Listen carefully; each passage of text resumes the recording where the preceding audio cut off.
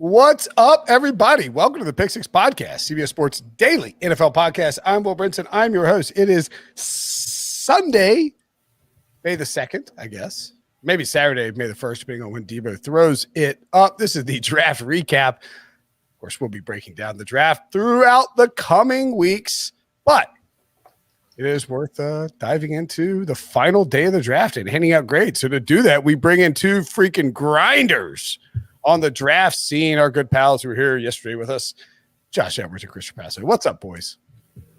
Not too much. Pretty happy to put a bow on this 2021 NFL draft and start moving on to 2022 coverage. Yeah. Oh, geez. Don't even bring that up yet, Josh, please. No mock draft. By the way, I know I got one coming up. First of all, I would say congratulations on great work. You guys did awesome work. The draft is a grind. It is like the NFL season, except you don't get to actually watch live football games. So you're just grinding on what dudes did the year before. And it's cool. You discover new things and you find new prospects and all that, but it is a lot of work. It's like homework. If you don't like watching film of football players, doing the draft sucks. So congratulations to both of you. And Traps, congratulations on your huge win at the Kentucky Derby. Medina behind you on the old bookshelf. Medina, I was captained by or trained by Bob Baffert, won the Kentucky Derby as he won his 7th Kentucky Derby. Just don't bet against Bob Baffert. Yeah, Brinson and Josh could sit here for an hour and talk about horse racing. I know nothing, but I was seeing all these tweets like Medina, like why is everyone tweeting my hometown? And now I have the sign behind me, so that's not a coincidence, or it is a coincidence. I know absolutely nothing about the Kentucky Derby, so it's just always in my back. Sure coincidence. Yeah. Anyway, we don't need to keep talking about the Derby. Oh boy, my son's. You know what? Oh man, Midnight Bourbon was very good. Mandaloon screwed me in this Derby. Oh, that is tough. Oh, the super high five of the Derby. I don't know why I'm talking about the Derby after the draft, but it always happens like that. Me and EK hit it one time. The super high five paid $297,000 on a $1 ticket if you hit that at the Derby. Wow, nice little day. Anyway, that's like picking the 199th player in the draft and having him win six Super Bowls for you. That's roughly the same sort of odds. It's probably further for Tom Brady. So coming up, we will talk about the draft. We will talk about day 3, and let's just dive right in. We will go with superlatives from day 3, and we will start with best individual pick. Josh, I will cede the floor to you. What was your favorite day 3 draft pick? Well, it's going to sound like I'm a marketing executive for the Chargers at this point because I'm going to sit here and talk about another one of their picks. Brendan Hymus, the offensive tackle, offensive guard from Nebraska, who was taken in the 5th round, number 159 overall. He played left tackle at Nebraska. He's got great athleticism. I think he's going to slide inside to guard, but a really tremendous depth addition to a Los Angeles offensive line that is significantly upgraded over what we saw last year with the moves that they've made this offseason. So I'm excited to see what that offensive line does, and I'm excited to see how Hymus fits into the mix. How about you, Traps? What did you like about day 3 in terms of an individual pick? Well, that could have been my pick too, because Jaime, to me, I think his balance and pass protection, the handwork, he looked like an NFL veteran on an island at Nebraska and fared really well at the Senior Bowl. So to get Rashawn Slater and to get another player who can maybe play tackle, but probably play guard, that's what the Chargers needed during your Phillip Rivers era, but never really had. Nice of Tom Lesker to load up the offensive line now that the quarterback's young and mobile. Exactly. My favorite pick, though, was Thomas Graham that the Bears got, let me see, at 228 overall in the 6th round. 8 interceptions, 32 pass breakups over the past 3 seasons. He probably fell because he didn't test very well, and he's under 6 foot, around 185 pounds. Like, he's smaller, but we all know that you have to be smaller to play in that nickel spot in today's NFL. That's where he probably will end up, although he mostly played on the outside. And this is going to sound bad being a draft analyst, but just do the box score scouting with him. I mean, 8 interceptions and 32 pass breakups in 3 years. He's doing something right in coverage. His instincts are very good. I think he plays bigger than his size in contested catch situations. The savviness in off coverage and zone is very good. You don't really want him on an island against the twitchiest or most sudden slot receivers in the NFL. But to get him that late, someone that's that productive from a Power 5 school, Thomas Graham, I think, is going to be the Bears' starting nickel corner and will have a very good NFL career. Spicy. Only 2 quarterbacks were taken on day 2. We saw that big run on Friday night of quarterbacks that went off the board. Ian Book, 133 to the Saints, which is kind of crazy. So Ian Book is going from – no, I don't know about where they drafted him, but it's insane that Ian Book is going from Notre Dame to Drew Brees' team. And Drew Brees is going from the Saints to NBC to cover Notre Dame. Like they basically flipped in a weird kind of way. And then Sam Ellinger came off the board at number 218 to the Colts, who continue to take some shots at the quarterback board. And I don't know that Sam Ellinger will be great, but he would have been. He was one of the favorites for the Heisman and probably mentioned in at least somebody's last way too early mock draft after last year's draft, right, Josh? Yeah, he had a little bit more hype earlier in the process. I wouldn't say he was ever, considered one of those first-round caliber players, but I almost took Traps's approach to this question, but I will say that Ian Book was probably my favorite of the two because he's going to an ideal situation with the Saints, get to learn under Sean Payton. He's not going to be forced into the mix too early, I don't think, with Jameis Winston and Taysom Hill there. But, just a really smart quarterback. He's gritty. He's tough. He's got a little bit of mobility, is capable of throwing on the run, inconsistent accuracy, but a quarterback that I think, could be a solid backup down the road. But it's going to take him a little bit of development to reach that potential. And Traps, you didn't like any of the – I asked the question wrong, by the way. I was supposed to ask who's your favorite quarterback taken. Josh, of course – Josh, you like to play by the rules. You didn't really like either quarterbacks, but you're going to give an answer. Traps goes off the board and says no one. You hate both the quarterbacks. 0. I have no idea how either of these 2 quarterbacks were picked. I think maybe because we're in this athleticism renaissance at the quarterback spot where you got to be able to extend plays and use your legs, because that's really all Ian Book and Sam Ellinger can do. They can get outside the pocket. They don't really want to stay inside the pocket. They're not good with their pocket presence, accuracy, decision-making, like trying to check the boxes, like we always say during the pre-draft process. They didn't really check any of my boxes. I think Ian Book, low-key, was picked so early by Sean Payton because he sees a like Taysom Hill type of guy that you could spread him out. You could throw him a pass. You could hand him the football because he's a good athlete. And even after having Drew Brees for so long, Sean Payton's kind of gone off the rails with the quarterback position, I think, thinking Taysom Hill can be a starter. I was surprised Felipe Franks, who also is athletic, was a big recruit and played pretty well at Arkansas in 2020, was not selected. And to hear Ian Book's name so early and Sam Ellinger, yes, very experienced, but does not have an NFL arm. And really, when it comes to reading coverages and making good decisions, he's like Ian Book, like not good in either of those phases. So I didn't like any of the quarterbacks that came off the board today. Man, it is crazy to see Jamie Newman's name up there on the top of that list because he was a former Wake Forest quarterback who transferred to Georgia in the pandemic year. And I mean, people there, I never thought this, but there were people who believed that he might be a first-round pick. I liked him a lot. Yeah, I wouldn't. I mean, it's one thing to do it at Wake Forest. Anyway, he was in the mention for that. KJ Costello, same thing. KJ Costello got to Stanford. Look, it might be Andrew Luck 2.0. And then he went to Mississippi State and you play under Mike Leach, and yet you end up going undrafted. It's hard to get to the NFL as a quarterback. Who's so I would ask you this: who's your favorite name on that list, Josh?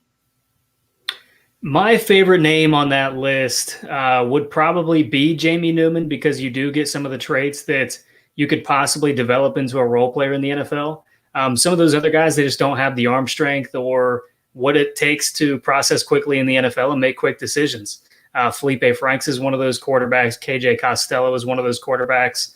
Shane Buechele and Brady White, I think both have some intriguing quarterbacking potential, but I don't think either one of them has the arm strength to reach where they need to be in the NFL to maintain a consistent roster spot. How about you, Trap? Sorry, if I look distracted, it's because you won't believe this. Guess who showed up and decided that he wants to annoy me? Yep, it's George the dog, everybody. George, thanks for coming out for the last 2 days. Tried to ship. Yeah, Josh, you bringing up Shane Bichelle, I totally forgot about him, but I actually didn't mind his film. I thought if you want a quarterback that is a pretty willing passer from in the pocket, but can make some plays with his arm talent, like outside the pocket, I would have been fine if a team picked him 6th or the 7th round. And I like Felipe Franks and Jamie Newman. I thought that they had enough just natural talent throwing the football through some tight windows in a Power 5 conference. It obviously would have been nice to see Jamie Newman at Georgia this year. But I'm really surprised that those were the only 2 quarterbacks, Ian Book and Sam Ellinger, that went off the board on day 3. Debo, we'll bring you in as the voice in the sky, unless you want to get rid of that shared screen. Jamie Newman to the Eagles. So the Eagles did get a quarterback. I actually think Jamie Newman is a decent fit. I mean, I subscribe to the idea that if you have a starter like a Jalen Hurts, you don't want to have a backup like a Mac Jones. And maybe that's stupid. I don't think there's a definitive proof of either one, but Jamie Newman makes a little bit of sense with Jalen Hurts as a starter. Yeah, ladies and gentlemen, your Week 6 Philadelphia Eagles starting quarterback, Jamie Newman. I kid. I murdered Jalen Hurts live on the podcast. I am in full support mode of Jalen Hurts, but yeah, why not take a flyer on a guy like this? During this lead-up process to the draft, I was revisiting some of the stuff that we did last year, and we had Ryan Wilson on, and Ryan nailed a lot of the top guys, and he wasn't alone, like you said, having him as a first-round pick. Man, just opting out, it helps some people, it hurts some people. It didn't hurt anyone as worse as it hurt Jamie Newman. Indeed. Were you trying to use hurt and hurts as many times as possible in that description of Jamie Newman? Yes. Hurts for Debo. Moving along. Your best running back taken on Saturday during rounds 4 through 7, Josh. There were a lot of them, and this is a position where you can get really good value on day 3, as we've seen in the past. You can get value into the undrafted free agency, as we saw with James Robinson and Phillip Lindsay previously. Several names that I like in this group, whether it's Kenneth Gainwell, I talked a little bit about that pickup for the Eagles with Debo, good third down complementary piece with Miles Sanders serving as your primary back. Elijah Mitchell, I like him a lot, but I'm going to go with Khalil Herbert for the Chicago Bears, taken in the 6th round because I think he's a really complete back. Kansas transfer, does a little bit of everything. And to get him in the 6th round, I think that was really great value for Chicago. Traps, how about you, buddy? Mine is Kene Negwangwu from Iowa State, who went in the same division, NFC North, to the Vikings. He, to me, I don't think he's to this level, but if there is a running back who could be the next Antonio Gibson, it's him. He had 143 carries over 4 full seasons at Iowa State, set a bunch of school records as a returner. And then at the Iowa State Pro Day, 6'1", 210, so good size, ran in the 4.3s and had a 38.5-inch vertical, a 3-cone drill under that 7-second plateau that you really want to see for any prospect. So just didn't get the football a lot. There was David Montgomery early in his career. And then Breece Hall obviously took over as that feature back that they gave the football a lot to. So Kene Negwangwu is the one that I think to get picked late on day 3. And yes, they have Dalvin Cook. They have Mike Boone. I think he could ultimately push Mike Boone for that 3rd running back spot. And just the size, the speed, and the athleticism. And then bringing that return ability to the backfield, the vision that you need, the acceleration, stop and start skills. It shows up when he's even getting the handoffs too. So I think he could be a great diamond in the rough find for the Vikings on day 3. I got to tell you, I think you guys are kind of overthinking this. And that may just be, as Debo scrolls up to Michael Carter. That may just be you guys. It could be you guys know the draft class better, which is the likely scenario. Or it could be that you guys are so deep into this that it's impossible, that it's difficult sometimes to just take the layup. And there are 2 layups on the board here for me. One, Michael Carter. That dude's good. And he's going to the Jets. and they don't have a bunch of guys.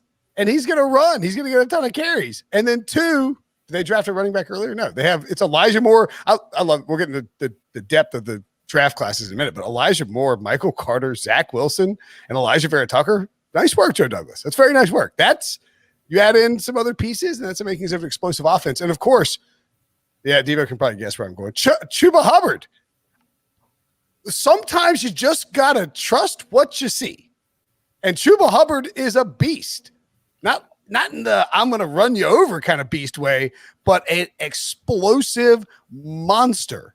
And if you could do some 2-back formations where you line up Christian McCaffrey in the slot and you put Chuba Hubbard in the backfield and you throw some screens to him and you have DJ Moore out there and, they bring in, was it Terrence Mitchell that they drafted? And of course you have Robbie Anderson. There's a lot of nice pieces in place for Sam Darnold to really thrive in Carolina. They would be another one of my winners if I was looking at this. So I'm not saying that you guys are wrong per se, because Lord knows I wouldn't tell anybody that they're wrong about day 3 picks.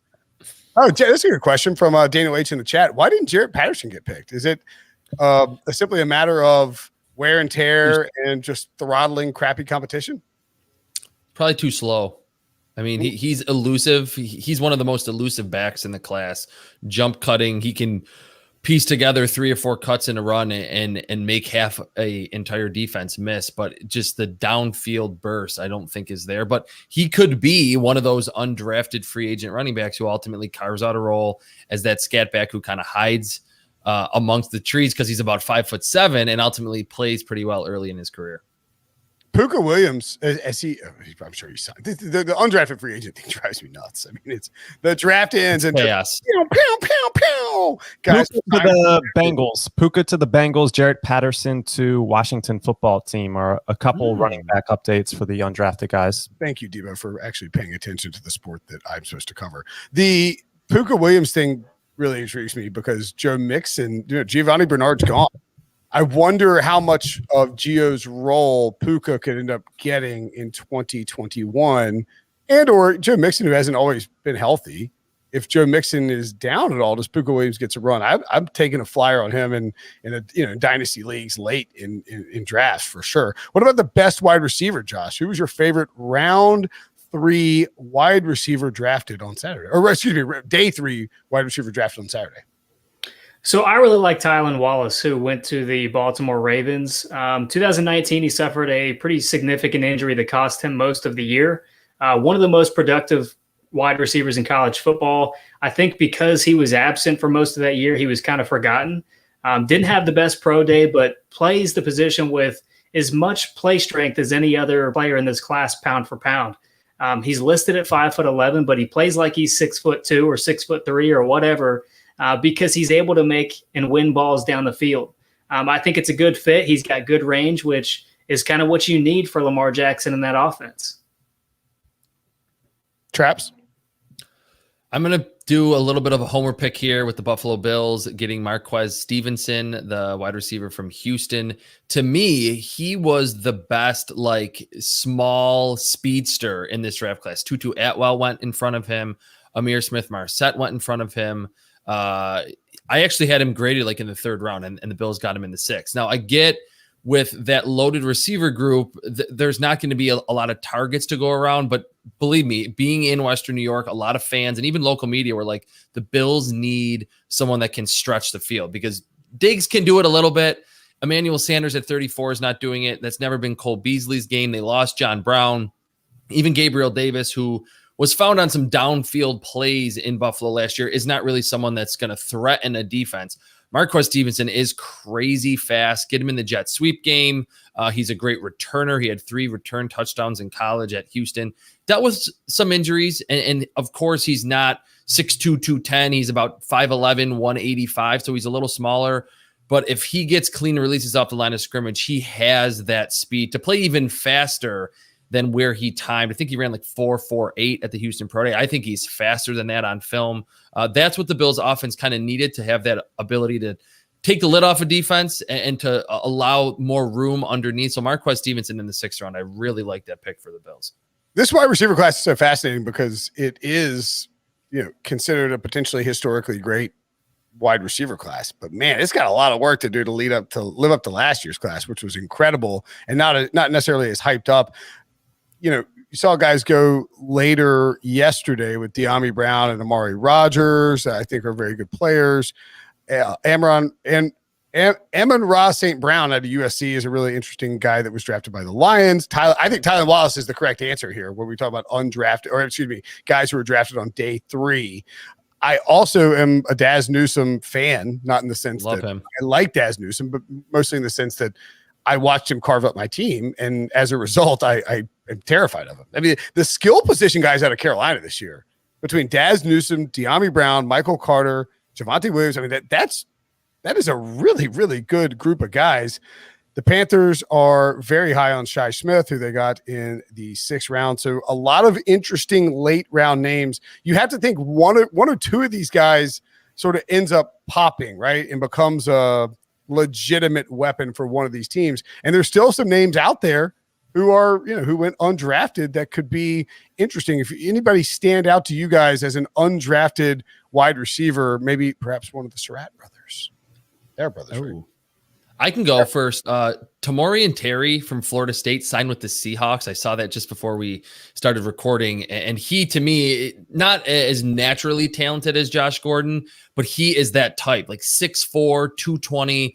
Get him on the vertical route tree. He is very fast, a long strider, deceptively fast down the football field. Obviously, over the past couple of years at Florida State, the quarterback play was bad. The offensive line couldn't protect long enough for him to consistently be that big play threat. But with Russell Wilson, those moon balls down the field, we know he's a great deep ball thrower. I think Tamori and Terry could be someone. And we've seen late round receivers and undrafted guys play well. Doug Baldwin was undrafted in Seattle. So I think Tamori and Terry, not someone that's going to create a lot of separation, but he fits with the type of receiver that the Seahawks have liked during the Russell Wilson era.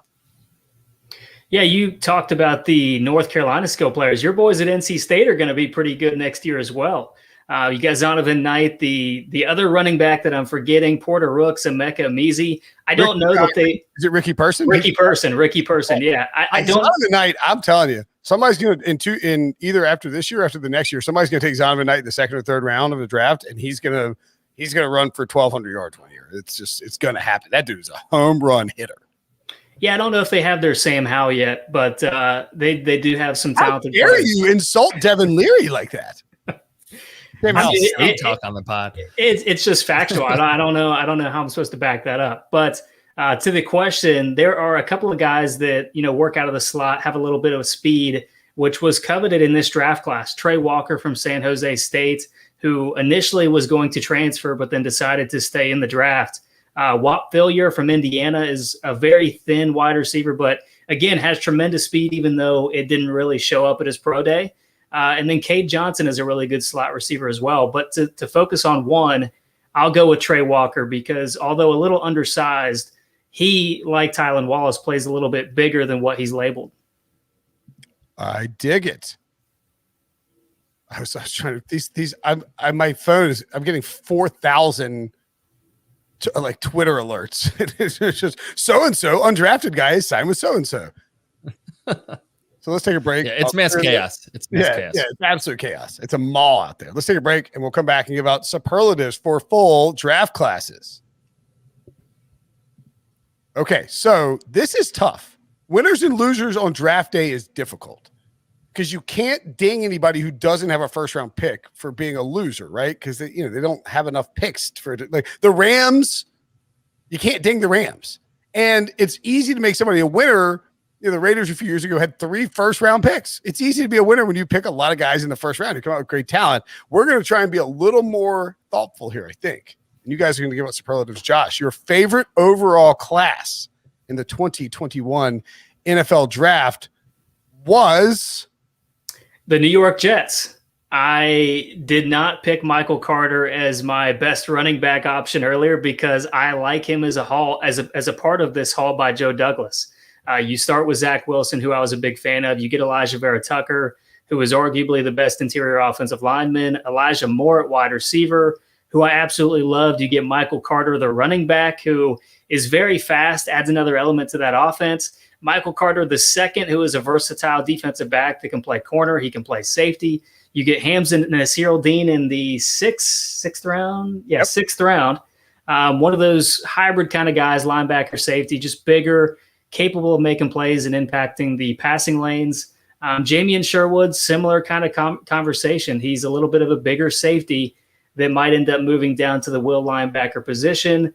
Brandon Eccles, a good man cover from Kentucky. He's a little undersized, but just great at staying in phase and making plays on the ball. Jonathan Marshall, a little bit of a bigger nose tackle that can plug some gaps in that defensive front now that has Sheldon Rankins and Quinnen Williams.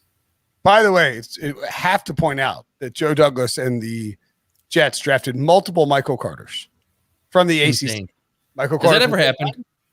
I don't know the answer to that, but they drafted Michael Carter, the running back from Carolina, and and from Duke and Carolina, of all places, to have two Michael Carters from.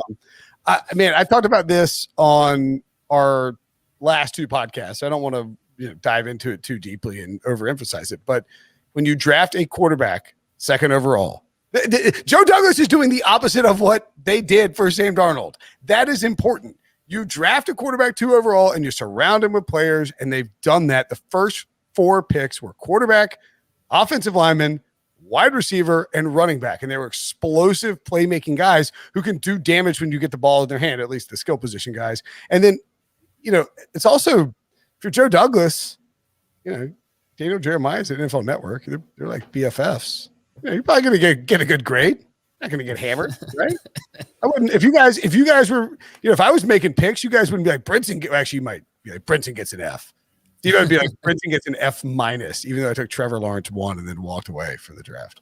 To go a step farther on this Jets draft class, not only did they take great talent, but I think they took great scheme fits as well on both sides of the ball. So I was really impressed with what Joe Douglas accomplished.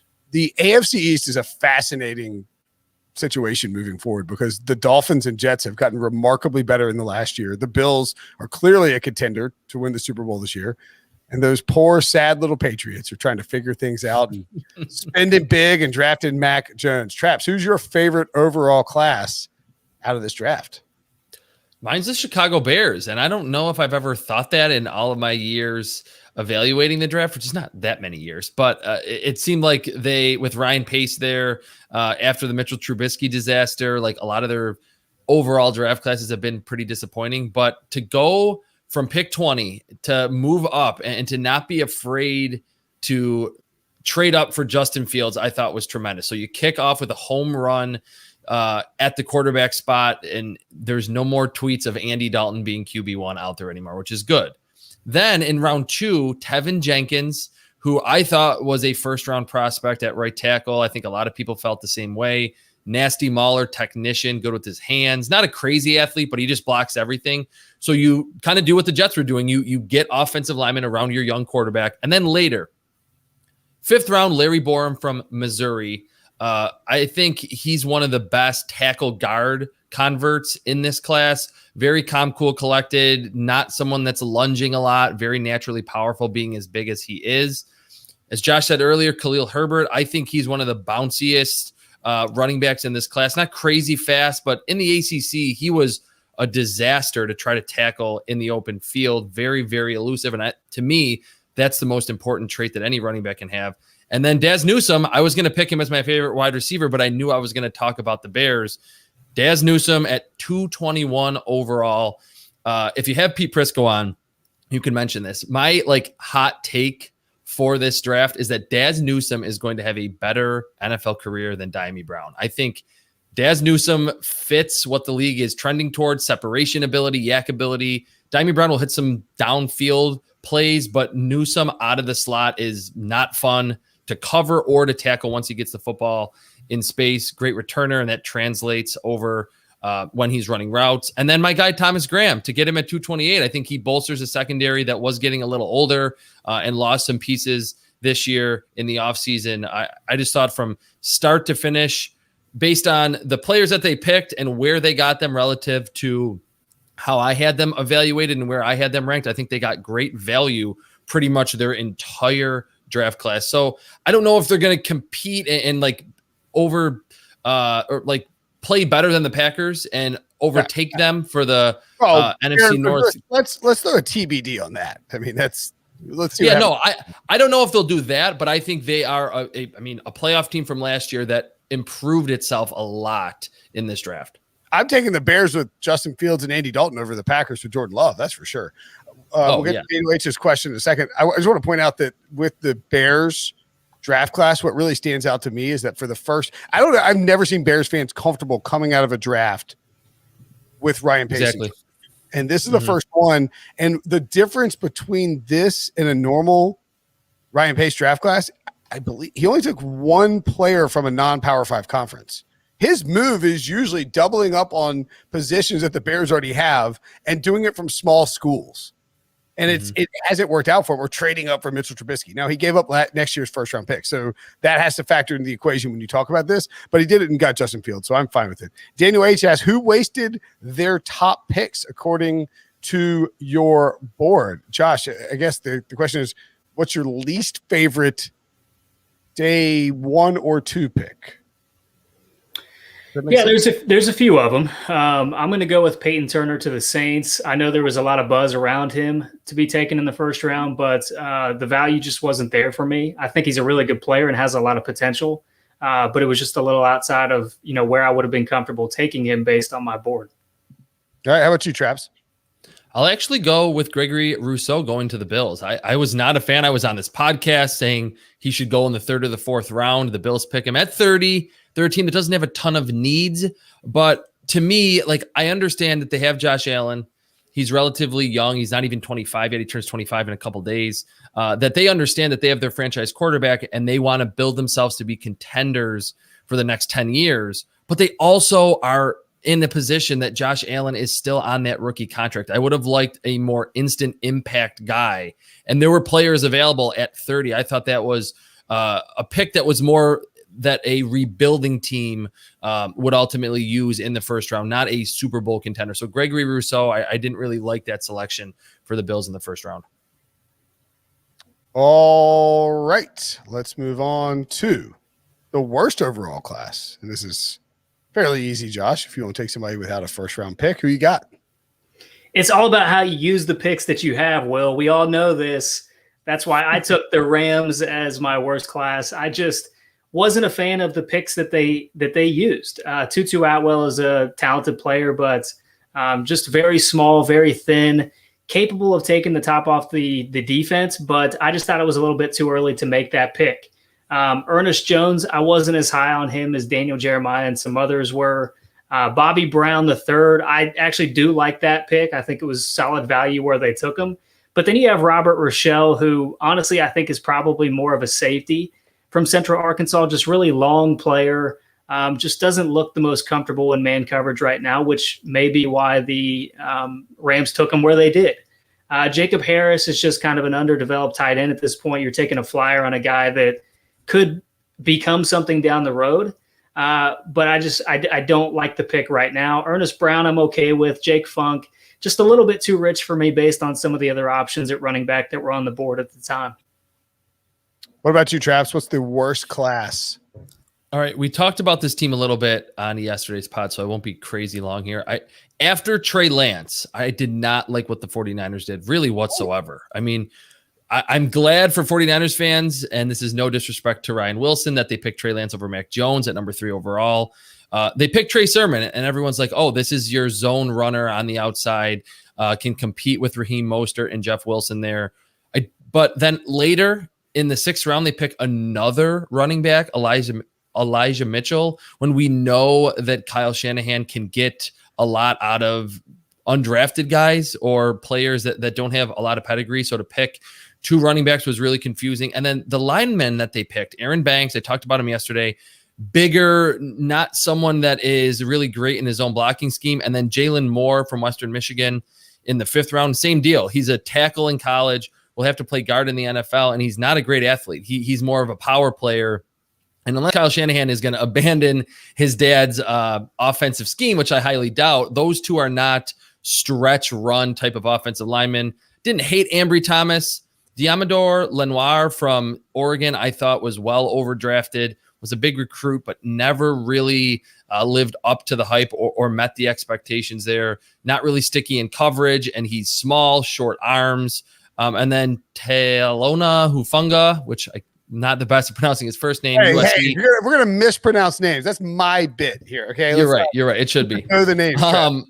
That the safety from USC, I just thought that he was this freelancing type, and I was expecting him to test really well, and then he didn't. Like he's not very big either. He's right around 200 pounds. Usually those freelancing types that play in the box and make plays within the first few yards of the line of scrimmage are usually, 6'1", 6'2", 220. He's not that type. Yes, they got him in the 5th round, but these were players I thought were all picked earlier or didn't fit the Kyle Shanahan scheme after they selected Trey Lance at number 3 overall. All right, so it's fun to talk about Trey Lance too when you think about NFL ready. I actually heard, I think Adam Schefter, it was definitely Schefter, had this report on ESPN during the draft during day 3 of the draft that the 49ers consider Trey Lance more NFL ready than Mac Jones. They think Trey Lance is more ready to play right now than Mac Jones, a.k.a. the Jimmy Garoppolo smokescreen. But it brings us to, Josh, what draft class for you was most NFL ready after 3 days of hawking these picks? The Trey Lance isn't ready to compete narrative was overblown from the beginning just because of the system that he goes through at North Dakota State. Very structured. And by the way, I think one thing that got lost on that, and I sort of mentioned this, but not as a – so if the Falcons drafted Trey Lance at 4, hypothetically in this mock draft world where Mac Jones goes 3, and they sat him for 2 years behind Matt Ryan, he will have played one competitive football game in 3 years. You can't do that. That's just, it's hurting somebody's development. Anyway, go on. Yeah, so I'm walking back what I said last night just a little bit because I was not a fan of what the Broncos did from a principle of taking a running back early in the 2nd round after spending so much in free agency the prior year. I think what my issue was actually the contract that they gave out to Melvin Gordon the prior year as opposed to the Javonte Williams selection. So I think it was probably a little misguided last night. As I'm thinking about it, if they do move on from Melvin Gordon and if they do let Ronald Darby walk after this coming season, which I expect them to, then you're saving some salary cap space and you're able to plug in a couple of guys that are very talented that you took in the 2021 NFL draft. And that's Patrick Surtain II, who I thought was the cleanest cornerback prospect in this class. Javonte Williams at the top of the 2nd round. He was my first ranked running back. Love his game, very versatile. You've got Quinn Miners in the 3rd round, number 98 overall. Most people thought he was going to be taken earlier. I think it's probably fair where he was taken, but to get that kind of value on Quinn Miners was a good pick, in my opinion. Baron Browning, really athletic linebacker that, was kind of overshadowed by just the group as whole with Ohio State, but a guy that can develop into a really successful NFL player. And then on down the board, Caden Stearns, Jamar Johnson, a couple guys that were really well liked, depending on who you talk to in the draft community. Seth Williams is more of a role player on day 3 of the draft. He's this tall jump ball winner that is not going to be asked to, win in his routes and all that kind of stuff. He's got his role and he knows it. And then you get Kerry Vincent, who at one point was regarded as higher. That's good value in my opinion. I think what they were able to accomplish over the 3 days was pretty solid in George Paton's first NFL draft.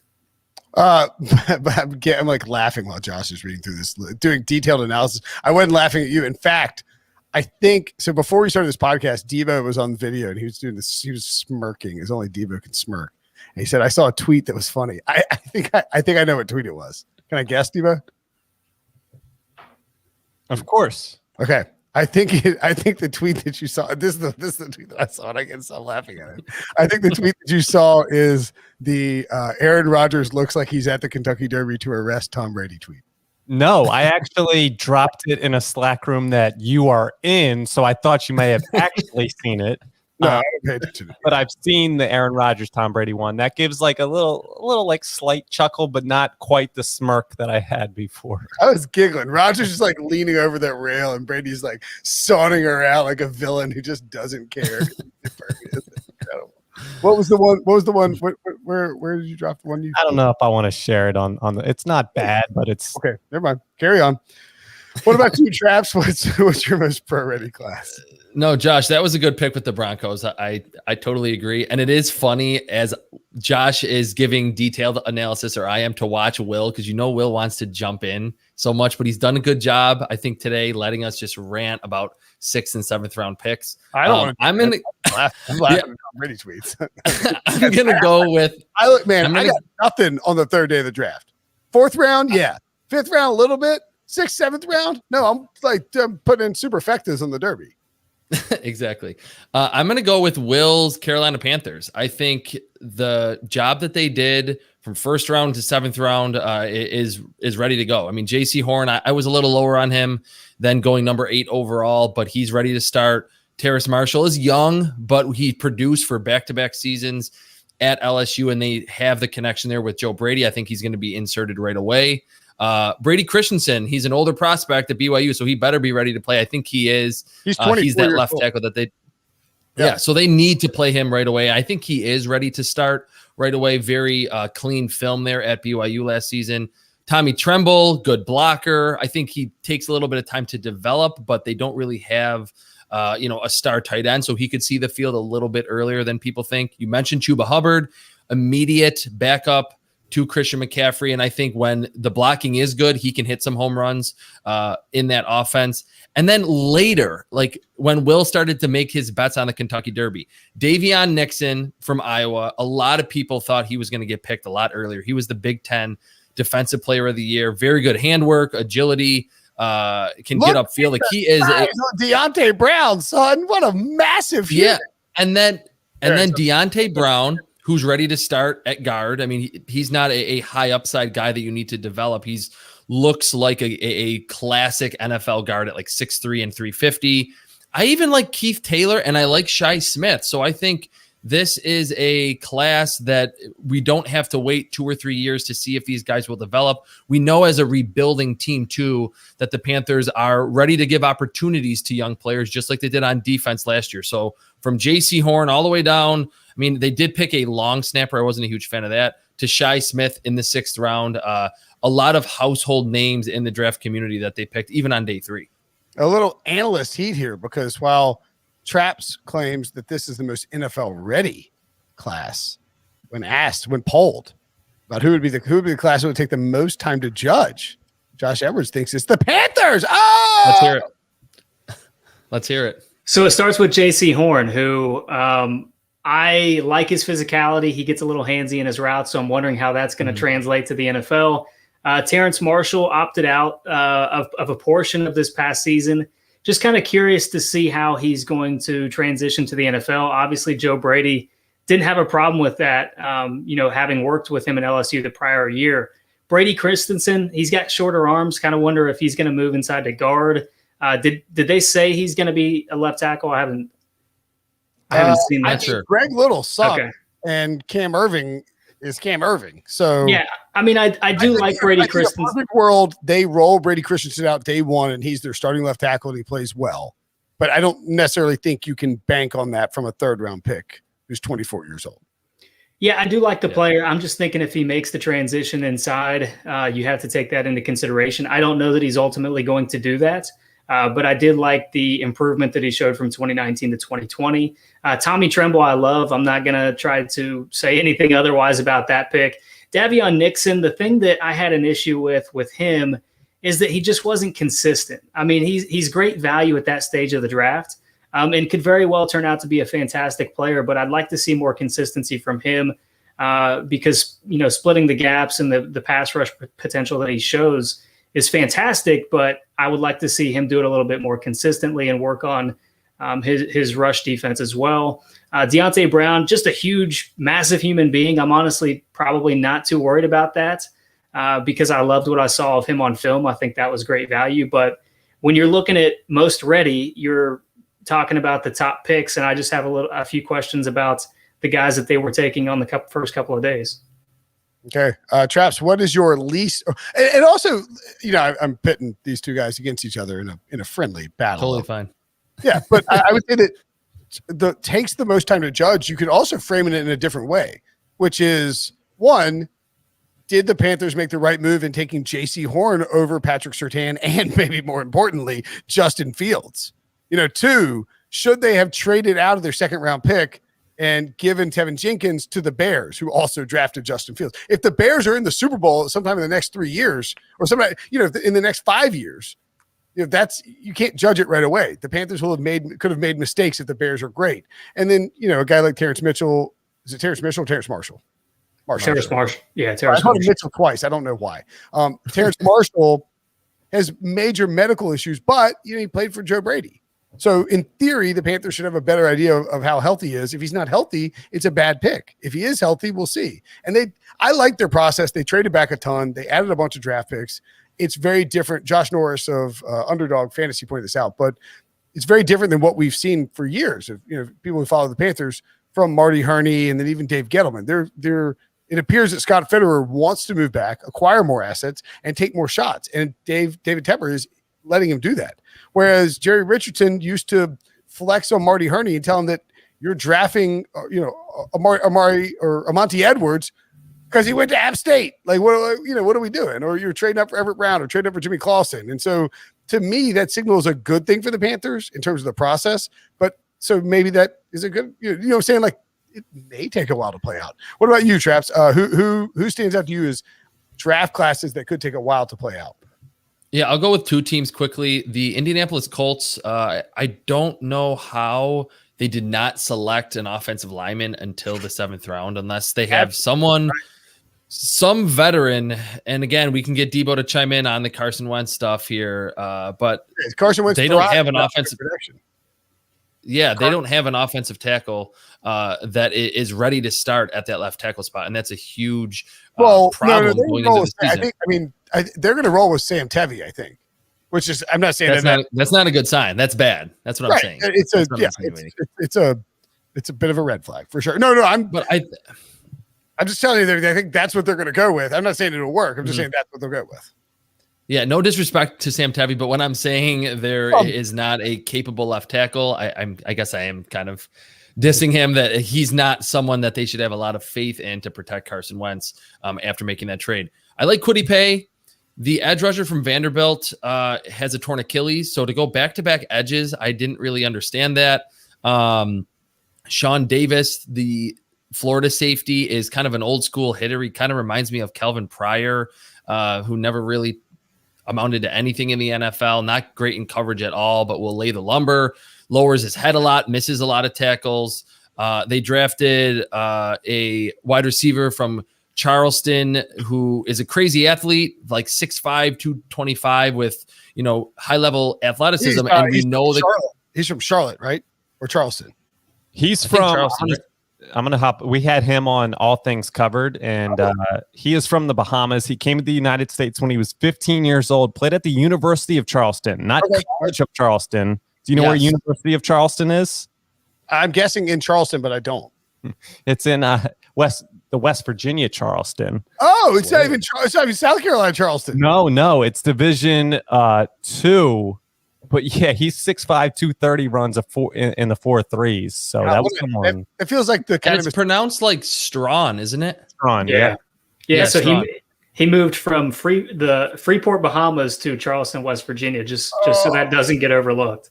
I mean, you think that definitely feels like the plot of a sitcom where you think you're going to Charleston, South Carolina, which is one of the greatest cities in the country, and you end up in Charleston, West Virginia, which is probably one of the worst cities in the country. So with him, it's like they like to draft these high upside, like athletic types from small schools. Ashton Dulin, a few years ago, they picked. There was another wide receiver that's escaping me right now that they picked late. I think the first or second year of the Chris Ballard tenure. He's not ready to play. And then Sam Ehlinger, I already talked about it earlier. I didn't think he deserved to be drafted. He's not going to play. And if Sam Ehlinger is starting for the Colts this year, that is a bad sign for Indianapolis. So I just don't see, outside of Kwity Paye in the first round, I didn't mind Kalen Granson, the tight end from SMU. I think he's got good receiving ability. He's an older prospect who transferred, had to sit out a year.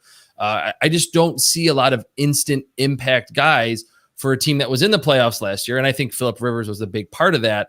That could have had a home run draft and been talking about, hey, we want to insert ourselves to the top of the AFC with a few of the other teams. And I think they actually regressed by having a draft that is more built for the future, 2, 3, 4 years down the road than helping Carson Wentz right now. Brinson, what do you think the Sam Ehlinger pick means for Ryan Wilson's claim that Jacob Eason could threaten Carson Wentz's starting job? Do you think Jacob Eason is in trouble? Yeah, sure. Jacob Eason could be in trouble. I don't think I would put too much. The problem with these quarterbacks in this draft, and this happens every year, especially if you get to a bigger market, where so you have Bryce Petty go to the Jets in the 4th round. It's like, Bryce Petty's the next Joe Namath. No, he's a 4th round quarterback. He probably sucks. He's probably not going to be good. The hit rate on these late quarterbacks isn't very good. Wilson's out of his mind.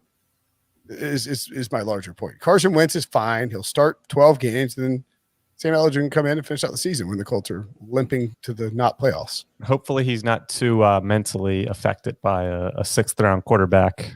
Oh, they did draft another quarterback. Yeah. Sam Ehlinger is a bit of an alpha. Not a vote of confidence for Carson Wentz. Capital B beta Carson Wentz. So are you looking at the first coach to get fired odds right now to mark down?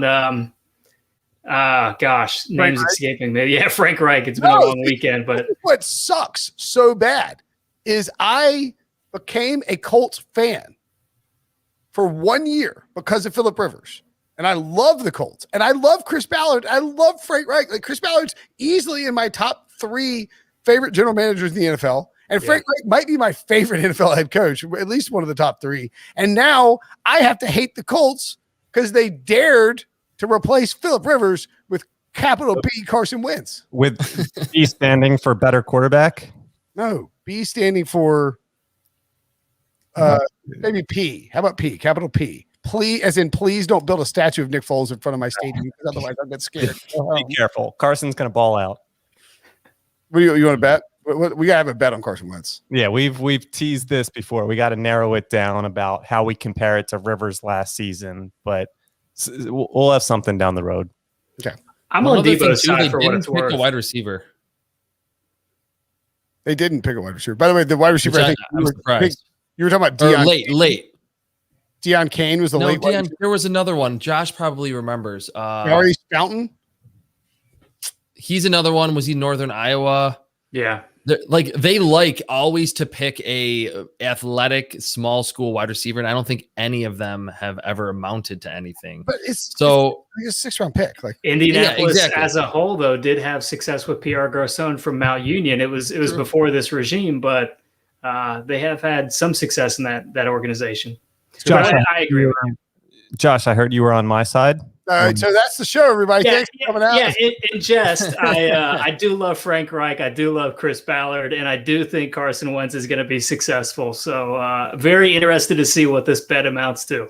So for me, the Carson Wentz thing is sort of equivalent to how I felt about Mac Jones going to the 49ers. I was staunchly against it working out, and I didn't think it was going to happen, and I didn't want it to happen. I didn't think it was going to work out, but I do understand that if there was a spot where Mac Jones was going to work out, it was San Francisco. And if there's a spot where Carson Wentz is going to work out, it's Indianapolis, because they don't have sure, Jim Irsay's a crazy person, but he's actually taking a step back with Ballard doing really well and Frank Reich running the team. Those guys running the team. They're running the organization. He's taking a big step back. I think his daughter's more involved now. And because of that, you feel it's a good landing spot for Carson Wentz to bounce back.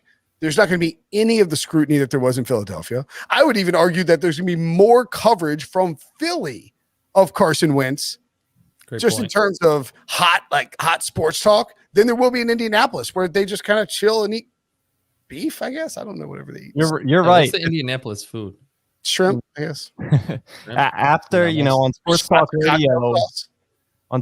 Radio on Monday mornings, they're going to talk about the Eagles game. But and then they're going to jump to the Colts game for another hour. B block or the C block, they are going to talk about how Carson Wentz performed the day before. And if Debo, if you're correct and you're winning this bet, and I'm a little worried about Carson Wentz to the point that this won't be a bet in which I'm willing to sacrifice any area.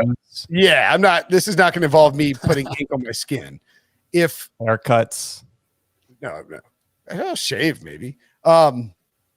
if Carson Wentz is good, like if Carson Wentz comes out and lights up the NFL the first 3 weeks, Philly, they won't even talk about the Eagles games.